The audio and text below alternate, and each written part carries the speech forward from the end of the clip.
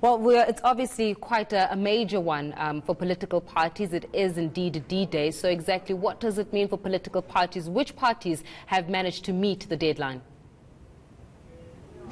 D-Day it was indeed, Faith, and from what the Chief Electoral Officer told us a little earlier on, all the major parties, as he called them, had indeed made the deadline. But he also believes that a lot of others that were serious enough have also made the deadline. In fact, from what he told us, political parties that had indicated that they were contesting, especially all the provinces, had indeed done so, and many of them did so long before the deadline.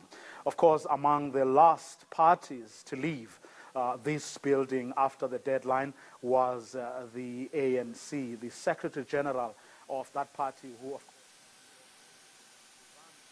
the political party on a full-time basis, Ace Magashule, was confident that the ANC will win the election. And of course, questions were asked about the type of people, some of whom are right at the top of the ANC's candidates list. We're talking here about people like Nomvula Mokonyane, people like Batabile Dlamini, Malusi Gigaba, and a few others. And when that question was posed to him by the journalist as he was leaving the building, this was part of his answer. So you want us to, as politicians, you want us to remove anybody from our list because of allegations. So, I'm sure there are allegations against all political parties. And you guys are telling us that we should punish people even when they have not done anything. We had a list of 867 people, which has to be trimmed down to 200 for our own papers, to 300 as a reserve list. And there are people who could not actually make it not because of allegations, because the courts of law had judgments against them. And we said, in terms of the law, if you are found guilty of not more than 12 months and a fine, you are allowed to be on the list. So we are South Africans, we are the ANC, we respect the law, we respect the Constitution. What else should we do? Well, of course, there were several other parties here this afternoon also to register and, of course, hand over to the Electoral Commission their candidates list. And among them was a party that has strong credentials as a liberation movement, but over the years they have really been fighting amongst each other. In fact, their issue, the IEC had to ask the courts to rule on the matter of the PAC, but following a consultative process among all the factions, they agreed to an arrangement. So the Pan-Africanist Congress will indeed be contesting this election.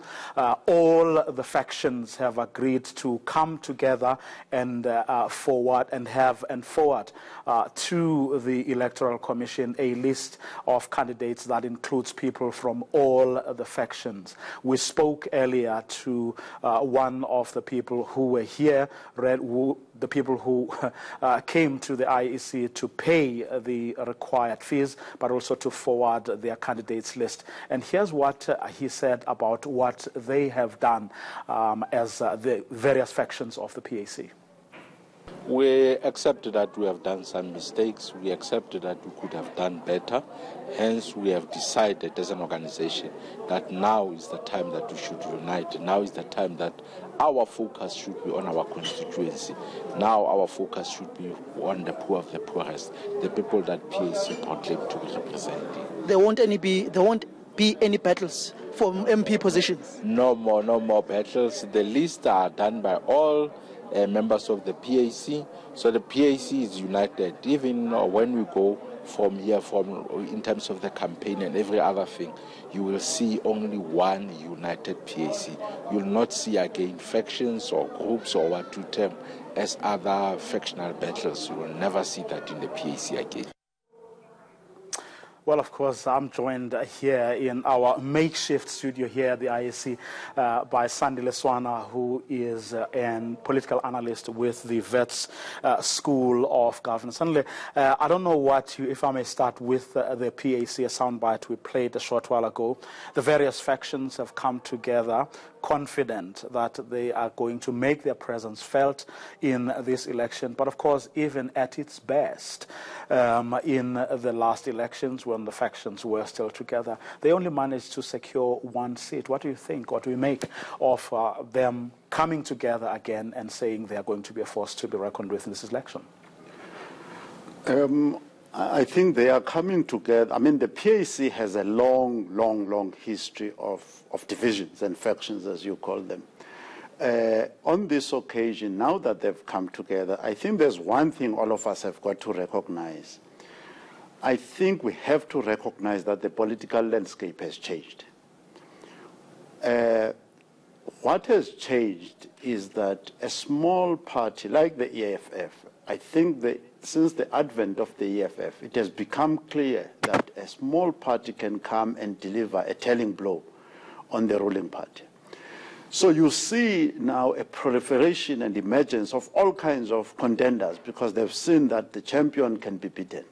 So I think the PAC have wasted a lot of time with their factions for this election. I think a lot of people could do better in this election, including the PAC, but I have my doubts with how they've approached it. It's late now in the day. It's quite late. The period of time to campaign and do groundwork is very limited for them. So I don't really take them too seriously when they say they are going to do something dramatic. Well, of course, I mean, there's a whole host of other very small parties that also think the same. But the focus, I mean, certainly from the journalists who were here and other onlookers, was on the ANC, and in particular, whether their list was going to contain some of the names I've spoken about earlier. And we saw in that soundbite the Secretary General of the ANC saying those people have done nothing wrong, they have not been charged, so as the ANC, they do not have a reason to exclude them. But of course, as the ANC spokesperson told me yesterday here on Newsnight, there was quite a great deal of discussion and, I mean, arguments for and against including those names. But for whatever reason, in the end, they came to the conclusion that to the decision that they should include this. But do you believe that these names and several others may affect in any meaningful way the ANC's prospects in this election?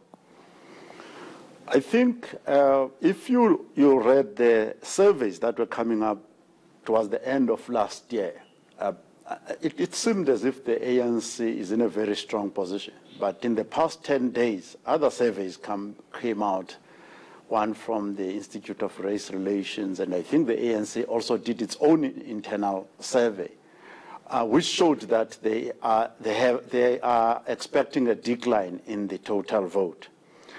They are in conflict with the intelligentsia of South Africa.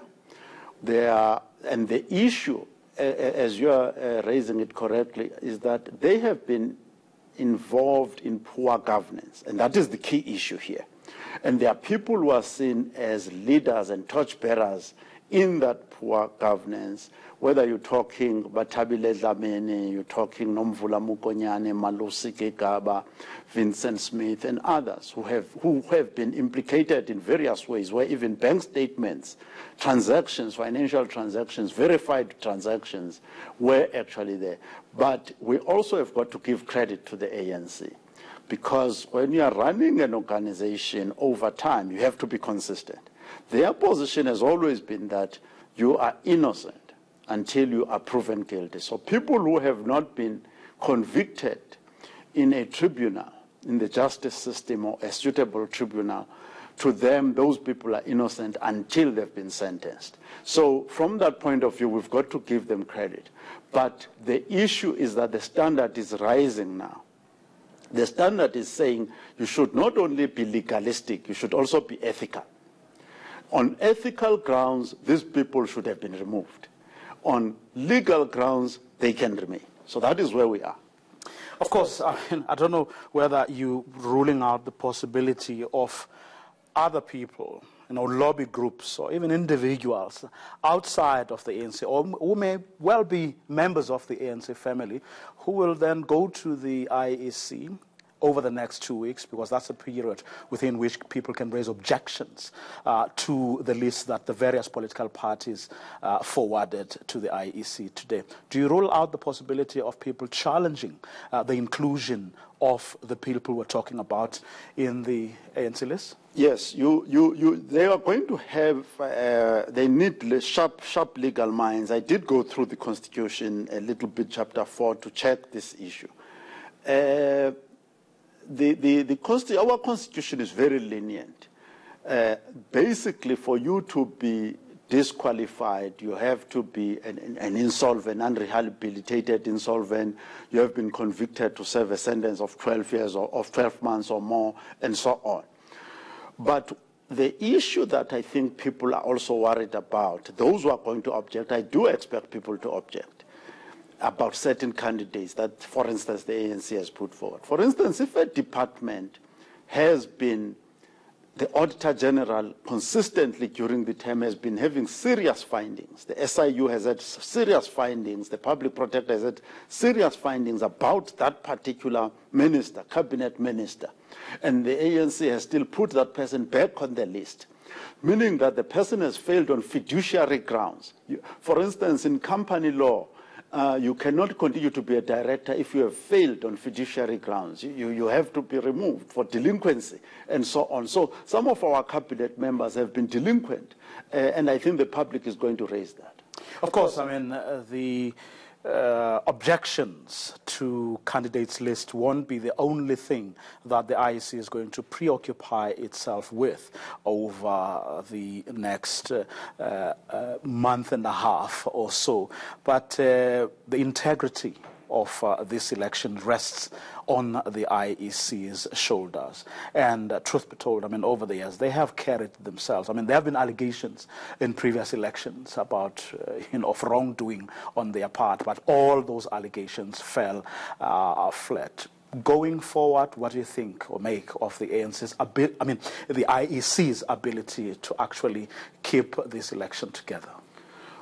As you correctly point out, the IEC as an independent institution is one of the institutions that we can be proud of in South Africa that compares favorably with the best in the world in terms of its integrity and independence.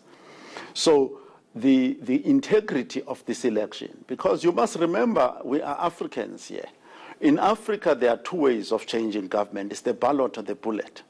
In South Africa, we've not reached the stage. The bullets are out of the consideration. The ballot has integrity.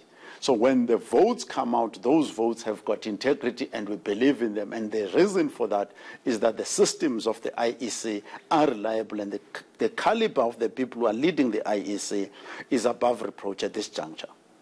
We're going to leave it. Leswana, thanks very much for your time. He is an academic with Wits University's School of Governance. And that's where we're going to leave it. Faith, it's back to you in Johannesburg.